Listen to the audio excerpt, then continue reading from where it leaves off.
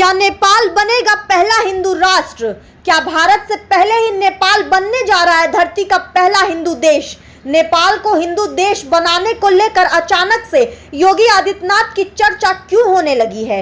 योगी आदित्यनाथ पर हमेशा से ही हिंदू कट्टरवादी नेता के आरोप लगते रहे हैं। ऐसे में जब नेपाल को हिंदू देश बनाने की मांग तेज हुई है, योगी आदित्यनाथ को हर कोई याद कर रहा है, क्योंकि योगी ने जो भविष्यवाणी की थी वो सच साबित होती दिख रही है। नेपाल के प्रधानमंत्री शेर बहादुर भारत आकर मोदी से मिले हैं और दावा किया जा रहा है कि शेर बहादुर ने मोदी को सारी डिटेल दे दी है।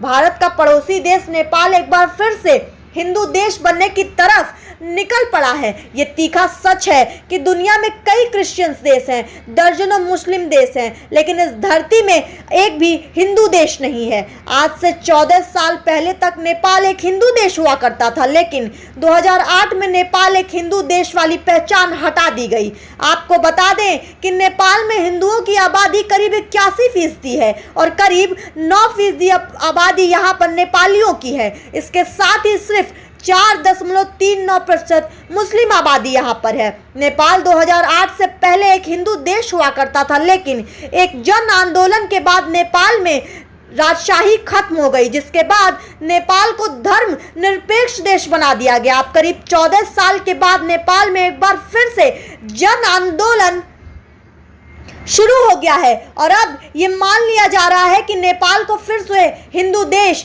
बना दिया जाए। नेपाल के लोगों की माने तो नेपाल की सरकार भी देश की जनता के साथ खड़ी दिख रही है। नेपाल के पर्यटन मंत्री ने कहा कि हिंदू देश बनाने के खुद वो समर्थन में है, लेकिन नेपाल को हिंदू देश बनाने के बीच योगी आदित्यनाथ की चर्चा आखिर क्यों हो रही है? चलिए आपको ये भी बता देते हैं। दरअसल नेपाल के शाही खत्म हो चुके हैं। जब नया संविधान लाया गया तब योगी आदित्यनाथ ने इसकी आलोचना की थी। योगी आदित्यनाथ ने तब कहा था कि नेपाल को हिंदू देश के बिना इसके अस्तित्व की कल्पना भी नहीं की जा सकती। योगी के इस बयान पर फिर से लोग याद कर रहे हैं और कह रहे हैं कि योगी की भविष्यवाणी अब सच होती दिख रही है। लेकिन इसके साथ ही भारत को भी हिंदू राष्ट्र बनाने की मांग तेज हो गई है। सोशल मीडिया पर कहा जा रहा है कि नेपाल से पहले ही भारत को हिंदू देश बनाना जाए।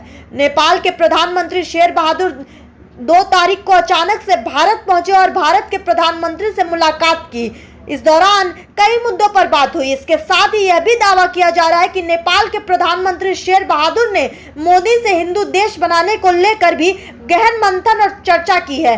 भारत और नेपाल का रिश्ता रामायण युग से माना जाता है। यही वजह है कि नेपाल और भारत के रिश्ते भी हमेशा करीबी रहे हैं। नेपाल के शेर बहादुर सरकार के पास बहुमत है।